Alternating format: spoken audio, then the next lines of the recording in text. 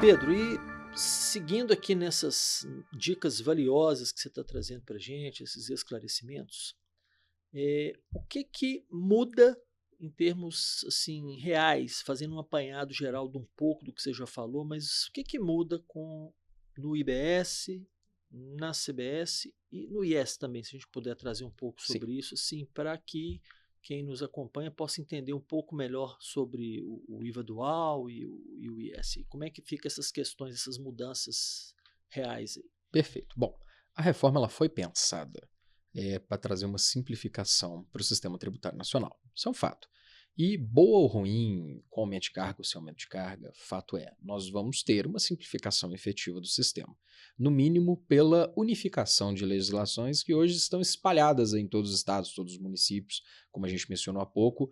A gente tem vários regulamentos de ICMS, várias leis de ISS em cada um dos municípios. Isso deixa de existir para uma legislação unificada. Isso simplifica sobremaneira, ou seja, não importa para onde eu esteja fazendo o meu, né, para qual estado, para qual município o destinatário da minha prestação esteja, né, ou do meu produto esteja, a regra é a mesma. Isso simplifica aquilo que a gente falou, que o sistema ele é tão complexo quanto suas exceções. Não tem tantas exceções assim, simplesmente por uma unificação da legislação facilita o sistema. Para o IBS para a CBS, a grande mudança que vem é pela forma de apuração. Então, quais são as atividades que compõem ali o rol tributável? Né? Então, a gente tem atividades que outrora não eram, então, locação de imóveis, locação de máquinas, equipamentos, que eram bons exemplos, não eram considerados serviços para todos os fins, era uma obrigação diferenciada. Agora, são serviços alcançáveis pelo IBS e pela CBS. Então, esse alargamento, né, da base, né, de quais são os serviços, quais são os produtos que são tributados, ele ocorre. E a forma de apuração desses tributos também. Então, agora eu preciso ter uma atenção muito grande para o elemento do crédito, que passa a ser o pivô em toda e qualquer discussão relacionada a IBS, CBS. Então, quanto eu tenho de crédito, o que que dentro da minha empresa gera crédito, quais desembolsos vão gerar esses créditos e como esses créditos podem ser utilizados, e o entendimento de, dependendo do segmento que você está exposto, de como o imposto seletivo, seja lá qual for a alíquota dele, que ainda vai ser decidida em lei ordinária, vai trazer para o negócio. Tá bom?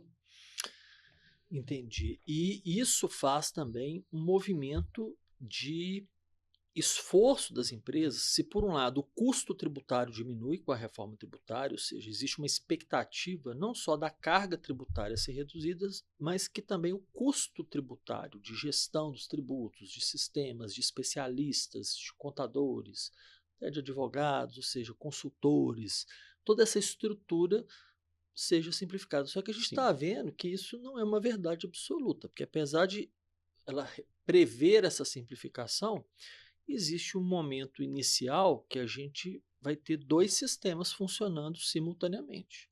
O sistema atual e um sistema de CBS-IBS, vamos dizer assim. O que as empresas precisam pensar ou minimamente fazer, porque elas vão ter que operar em dois sistemas, ou seja, Exatamente. é no mínimo o dobro de trabalho. Como é que fica isso, Pedro, na sua avaliação? Olha, é muito importante que a empresa ela esteja muito ajustada internamente para evitar sobras tributárias de um tributo no outro. Então, você mencionou, 2029 a 32, nós vamos ter de forma concomitante ISS, ICMS e o IBS. E a forma, né, o ajuste interno da empresa, cumprir as normas de forma efetiva, o compliance propriamente dito, ele se faz extremamente pertinente para ficar evitando erros desnecessários que poderão acarretar uma maior tributação sobre o negócio da empresa.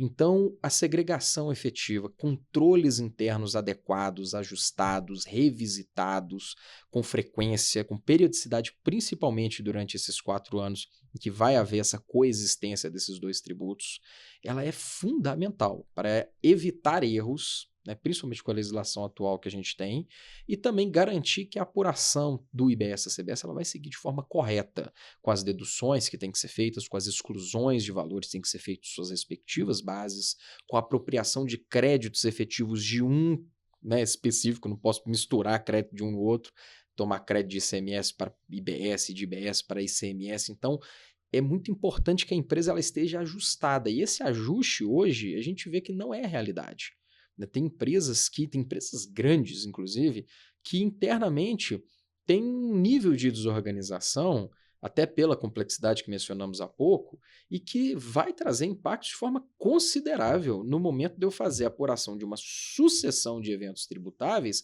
com a coexistência de dois tributos distintos no mesmo período.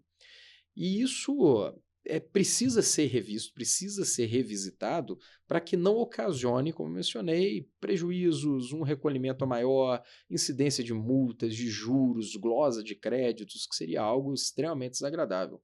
E um ponto importante também, a gente falou de não haver, né, ou haver um aumento de carga tributária. A reforma ela foi pensada para não ter aumento de carga, só que a gente tem que lembrar aumento de carga em que sentido?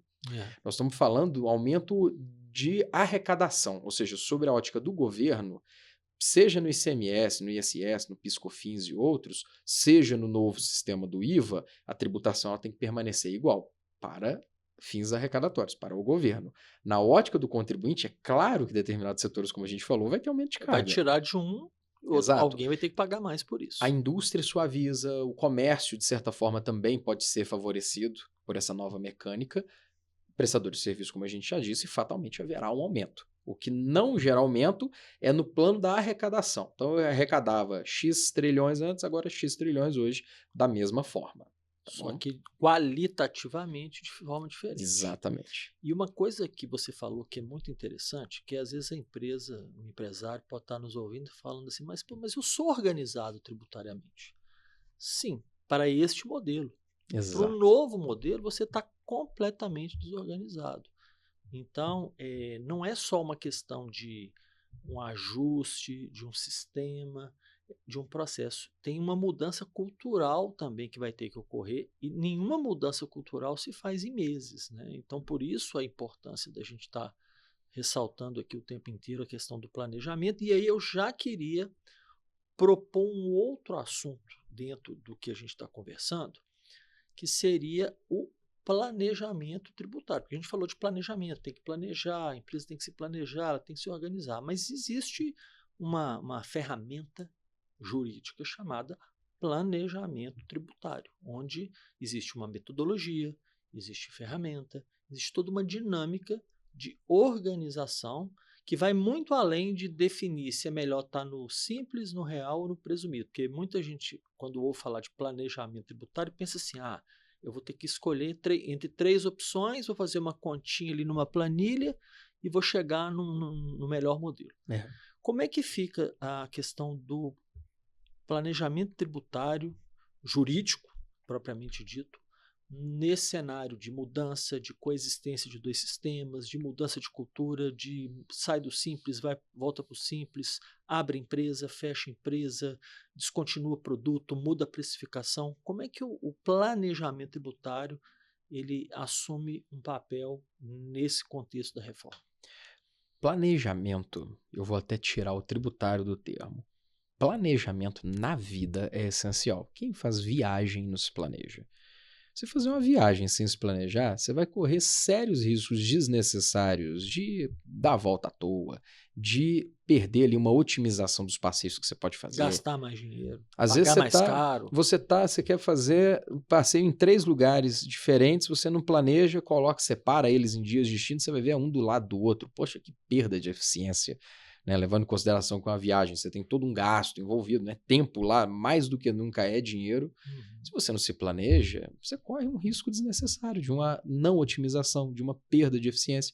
Se a gente faz isso com a viagem, nós não vamos fazer isso com tributo, Com as que empresas? algo de tamanha relevância, né, para todas as pessoas, porque tem muita gente que segue a linha também que não paga tributo. Se não paga o imposto de renda, não paga tributo nenhum. E doce ilusão. Né? Imposto de renda, inclusive, é o menos relevante no cotidiano. Menos relevante. A gente paga imposto em tudo o tempo inteiro. Por enquanto, a gente não está pagando imposto no ar que a gente respira. Por enquanto. Por enquanto. Né? Mas, paga para nascer, paga para morrer, paga para viver. Então, planejamento ele é necessário, de forma contundente. E o planejamento ele entra muito mais do que igual você mencionou. Ah, eu estou no simples, presumido ou real? E às vezes a pessoa já tem essa resposta. Ela já sabe que sobre a ótica tão somente da linha do faturamento, ela deveria ficar, por exemplo, no Simples Nacional, e ela bate o pé e fica ali. O planejamento é muito mais do que isso, é método, é metodologia, são análises empíricas que a gente chega por um sistema que passa assim, por vários elementos dentro da empresa com a finalidade de entender qual que é a melhor estrutura e não regime tributário. Envolve societário, envolve trabalhista, Exatamente. envolve tudo, né? Exatamente. É como otimizar o negócio. Não é simplesmente, vai para o real, vai para o presumido, vai para o simples. É óbvio que no planejamento, a escolha do regime, ela tem um papel muito central, muito de protagonismo. Mas nem de longe se resume a só isso. Pelo contrário, a escolha do regime, ela é ao fim. Levando em consideração toda uma análise estrutural, toda uma reorganização que se verifica, aí sim se escolhe, dentro daquele escopo, qual regime de tributação fica mais interessante, ou até mesmo mais de um. Em cenários que a gente divide empresas, às vezes existe um ganho efetivo nessa divisão e que poderá, na minha opinião, haver com a nova entrada agora do IBS da CBS, já que lá atrás a gente mencionou, a questão dos créditos, ela entra como o pivô da discussão. E muitos desembolsos que a empresa realiza hoje não geram crédito, mas podem gerar. E lembrando que Dependendo do arranjo societário. Exato, exatamente. Se hoje eu tenho toda uma estrutura de gasto e que um percentual pequeno me gera crédito, isso significa que eu vou ter que abrir mão do meu lucro, absorvendo esse valor para tentar manter a competitividade, eu vou perder a competitividade por um aumento de preço. Se o concorrente tiver uma estrutura que permite ele realizar a mesma prestação ou vender o mesmo produto com uma tributação de BSCBS menor, o preço, levando em consideração naturalmente a incidência dos tributos, é claro que ele vai ganhar o mercado. Quem não quer pagar mais barato? Sim. Então, com pouquíssimas ressalvas, todas as empresas precisam dessa análise, precisam entender se a organização interna está estruturada de forma a otimizar a eficiência tributária, além, né, do que a gente já tem hoje de ICMS, de ISS, de PIS e COFINS, que não é só porque a gente está falando de reforma tributária que esses tributos eles deixam de ter relevância. Né? O ICMS está vivo e bem vivo até 2032. E o PIS e COFINS a gente tem aí mais um ano e pouquinho, né, até 2027, para trabalhar com ele. Então, reorganizar, reestruturar, montar matrizes de crédito e tudo ancorado, óbvio, em elementos legais. Né? A gente não está falando aqui de fantasia, de pensamento, de ilusão, é tudo calcado em situações comprovadamente lícitas, né? Utilizando de premissas e preceitos legais, constitucionais, para uma estruturação ou reestruturação de modo a otimizar, de maximizar a eficiência tributária da empresa, que garante, além de uma margem maior, também uma parcela maior de market share por um preço mais competitivo.